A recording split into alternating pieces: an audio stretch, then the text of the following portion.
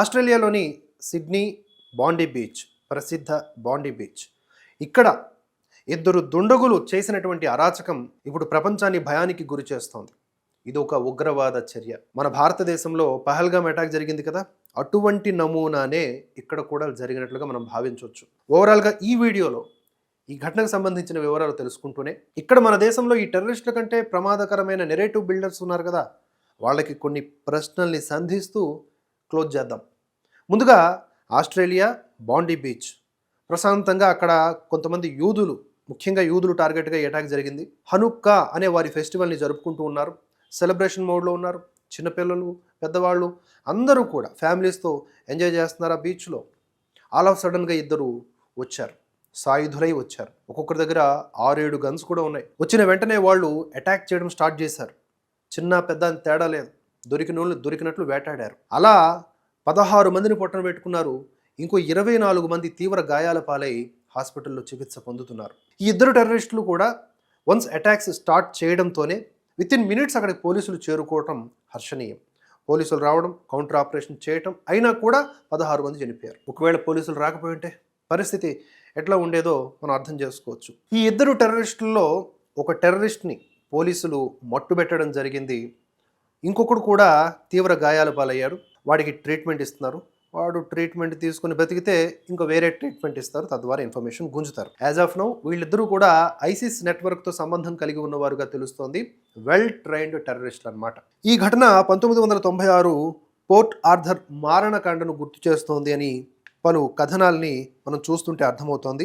యాక్చువల్గా ఈ 1996 port Arthur మారణకాండ తరువాతనే కఠినమైన తుపాకీ చట్టాలు తీసుకువచ్చారు. అప్పటి నుంచి కొంత క్రైమ్ రేట్ తగ్గింది, తుపాకీ మాటున జరిగే క్రైమ్ రేట్. అయినప్పటికీ మళ్ళీ ఈరోజు ఇలా జరగటం అనేది అత్యంత భయంకరమైనటువంటి చర్యగా వారు భావిస్తూ ఉన్నారు. ఆస్ట్రేలియాలో ఉన్నటువంటి మీడియా, ది టెలిగ్రాఫ్, ఇండియాకి అగెనిస్ట్గా చాలా వార్తల్ని కొన్ని సందర్భాల్లో రాస్తుంది. అయినా సరే ఈ ఆస్ట్రేలియా పత్రికలు ఇచ్చినటువంటి ఒక హెడ్లైన్ చూడండి, ఒక శీర్షిక చూడండి, బాస్టర్డ్స్ అనే పదాన్ని వాడడం ఇక్కడ మనం చూసాం. అదే అంటే అక్కడ ఉగ్రవాదులు అటాక్ చేస్తే వాళ్ళని బాస్టర్డ్స్ అని చెప్పేసి గట్టిగా శీర్షికల్లో చూపించి ఆ చర్యని ఎండగట్టిన మీడియాని మనం ఆస్ట్రేలియాలో చూసాం. కానీ భారతదేశం విషయానికి వచ్చేసరికి ఉగ్రవాదుల్ని నిందితులు అనాలి. ఎందుకంటే వాళ్ళ మీద న్యాయ విచారణ జరగలేదు, కోర్టు తీర్పులు చెప్పలేదు కనుక వాళ్ళు ఇంకా నిందితులే, ఉగ్రవాదులు అనకూడదు, వాళ్ళు దోషులు కాదు. ఎందుకలా మీడియాలో మీరు ఇచ్చేస్తూ ఉన్నారు అని చెప్పి మాట్లాడేటటువంటి ఎంపీలని మనం చూసాం. మన దేశంలో 2 రకాల ఎంపీలు. ఒకరు మెంబర్ ఆఫ్ పార్లమెంట్, ఇది ఒరిజినల్ నిర్వచనం. ఇంకొక ఎంపీలు ఉంటారు, వాళ్ళ మహాపాపులు. వీళ్ళకి ఎంతసేపు కూడా వాళ్ళకి కావాల్సినవి ఏంటి? ఆ ఓట్లే, ఆ గంపా గుత్తా ఓటు బ్యాంకు. దానికోసం ఎంతకన్నా దిగజారుతారు. వాళ్ళలో కూడా హిందువులే ఉంటారు. హిందువు అంటే పుట్టుకతో వచ్చేవాడు కాదు, లక్షణాలు ఉండాలి, తాను హిందువునని చెప్పుకునేటటువంటి లక్షణాలు. టాపిక్ డైవర్ట్ అవ్వకుండా విషయంకి వస్తున్నా. ఏమిటి అంటే ఇక్కడ ఆస్ట్రేలియన్ పత్రికలు ఆ యొక్క ఘటనని యథాతథంగా ప్రజెంట్ చేస్తూ కోపాన్ని కూడా వెలుబిస్తున్నటువంటి వేళ మన భారతదేశంలో పహల్గామ్ అటాక్ జరిగిన తర్వాత ఎలా వ్యవహరించే ఇక్కడ ఉన్నటువంటి పిచ్చి మీడియా ఛానల్స్, కొంతమంది నెరేటివ్ బిల్డర్స్ ఉంటారు కదా, తంబాకు బ్యాచ్. ఈ తంబాకు బ్యాచ్ అంతా కూడా ఏం చేస్తున్నారు? మోదీకో బోలో అని ఉగ్రవాదులు మతం అడిగి మరి, నువ్వు హిందువా, ముస్లిమా, క్రిస్టియనా అని అడిగి ముస్లిం కాకపోతే చంపడం జరిగింది అనే విషయాన్ని చెప్పకుండా చాలా చాలా దారుణంగా ఆ విషయాన్ని డైల్యూట్ చేసే ప్రాసెస్లో సక్సెస్ అయ్యారు వాళ్ళు.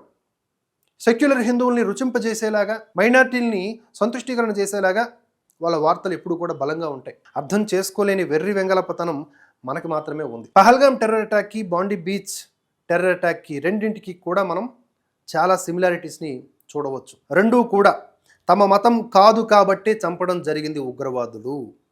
మత విద్వేషంతో మతోన్మాదులుగా మారి ఈ మారణకాండకు పాల్పడ్డారు. నాకు భయం వేస్తుంది ఏంటి అంటే, ఆస్ట్రేలియాలో జరిగినటువంటి ఈ ఘటన మీద కూడా వీడియోలు చేస్తూ మోదీకో బోలో అంటారేమో అని భయం వేస్తోంది. అంటే దానికి కూడా మోదీయే కారణం అంటారేమో. ఎందుకంటే ఎక్కడికి వెళ్ళినా కూడా, ప్రపంచ వేదికల మీదకి ఎక్కడికి వెళ్ళినా కూడా మోదీ ఒకటే చెప్తారు, మనం ఫైట్ చేయాల్సింది, ఉమ్మడిగా ఒక శత్రువు ఉన్నాడు, మనం ఫైట్ చేయాల్సినటువంటిది అదే టెర్రరిజం. దానికి భాష, ఏదో దేశం, పర్టికులర్ దేశం అని కాదు, ప్రపంచవ్యాప్తంగా ఉన్న అన్ని దేశాలకు అది ప్రమాదకరం. ఉమ్మడిగా మనం దాని మీద పోరాటం చేయాలి, ఎలాంటి హిపోక్రసీ లేకుండా అని ఆయన చెప్పారు పలు సందర్భాల్లో. కనుక మోదీ ఇలా మాట్లాడడం వల్లే ఆస్ట్రేలియాలో కూడా టెర్రరిస్టులు అటాక్ చేశారని చెప్పేసి చెప్తారు. అట్ ది సేమ్ టైం ఈ అటాక్కి పాల్పడిన వాళ్ళు తండ్రి కొడుకులంట. వాళ్ళ మూలాలు కూడా పాకిస్తానీలే. వీళ్ళు కూడా పాకిస్తాన్ సంతానమే.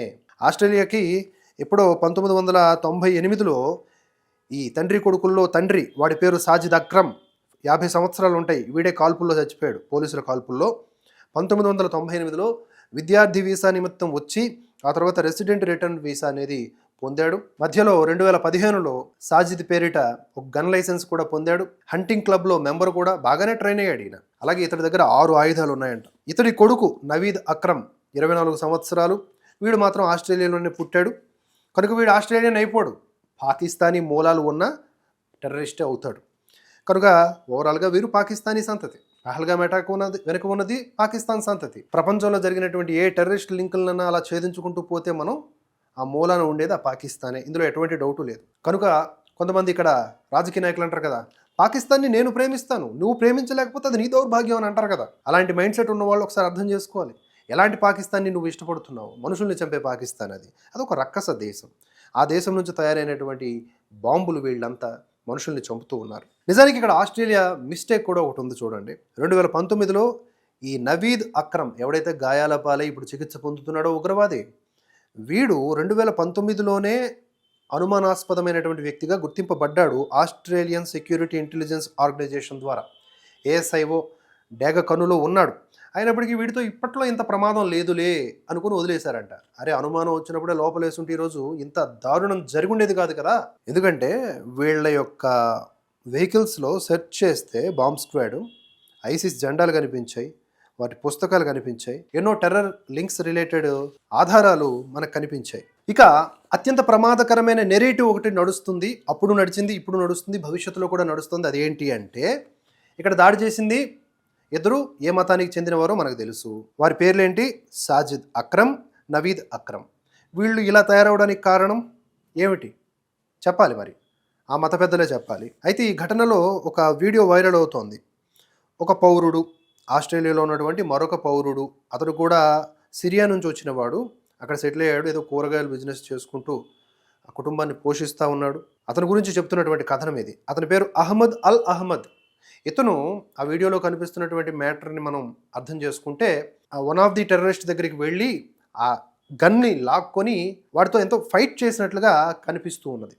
దాంతో ఆస్ట్రేలియన్ గవర్నమెంట్ ఆయనకి ఒక ఏదో అవార్డు కూడా ఇవ్వబోతున్నట్లు తెలుస్తోంది. అతడు కూడా గాయం పాలయ్యాడు, బట్ అతని పరిస్థితి విషమంగా లేదు.